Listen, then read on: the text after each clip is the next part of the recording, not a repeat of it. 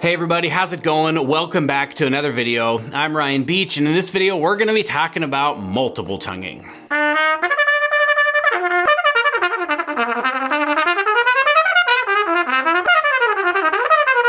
In this video, we're going to be covering two different aspects that I think are important. First is how we literally break down the exercises and how we choose specific exercises to work on multiple tonguing. And then also the way we play the exercises is something I want to go over to make sure that we're inputting the right things so that we can get the maximum benefit out of it. To begin with, one of the things that I noticed when I would work on multiple tonguing in the past is that when I wanted to try to play things fast, I would go fast, but because I hadn't learned the coordination, I would just sound terrible.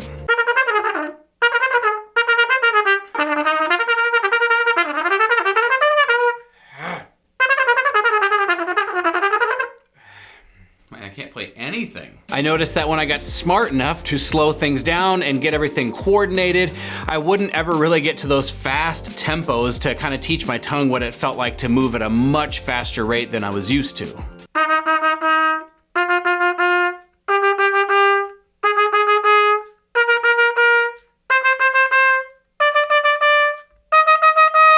So sometime in grad school, I decided, what if we just separated these two? What if we designed some exercises to work on fast multiple tonguing, and what if we had some exercises that would work on coordination? This way we can kind of exploit what is unique about them and work on them and actually get used to what it feels like to get better at these individual skills. When we're choosing exercises to work on fast multiple tonguing and improving the speed of our multiple tongue, we want to choose exercises where the fingers aren't moving that much, so we can focus all of our energy on the smoothness, the fluidity, if you want to say, of our air, and making sure that we have a lot of clarity in our articulation.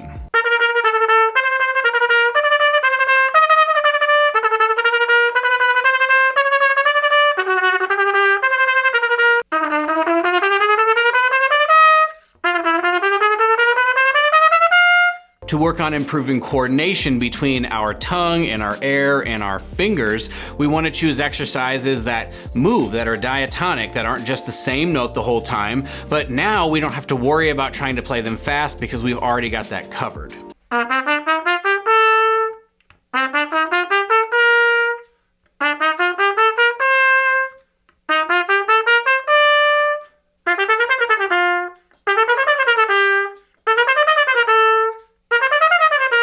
The ultimate goal of this kind of work would be to have these two different types of articulation growing side by side. Then, through proper programming and learning of the repertoire that we're working on, we can see that these things might come together and allow us to know that although I'm coordinating and working on that part of a particular section in my repertoire, I know that my tongue can go fast enough by the end because I've been practicing faster multiple tonguing as well. The other thing that I wanted to cover in this video was actually how we approach playing the exercises and making sure we're inputting the right thing. A very common mistake that can happen is that we think about multiple tonguing as related to the tongue and not related to the air.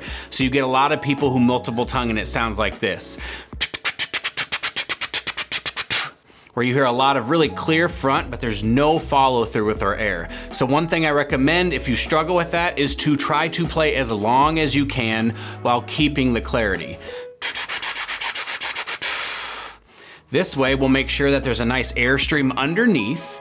And if you start out and there's a lot of flow underneath it and the clarity isn't there, I think that's better than removing the flow and having lots of clarity. Over the course of time, you'll learn how to be able to drive more clarity through the articulation into your triple tonguing and your double tonguing. I wanted to put a few exercises in here demonstrating where you might start with some of these exercises. The goal is to have clarity of execution and beauty in the way we do it, and then to worry about going faster.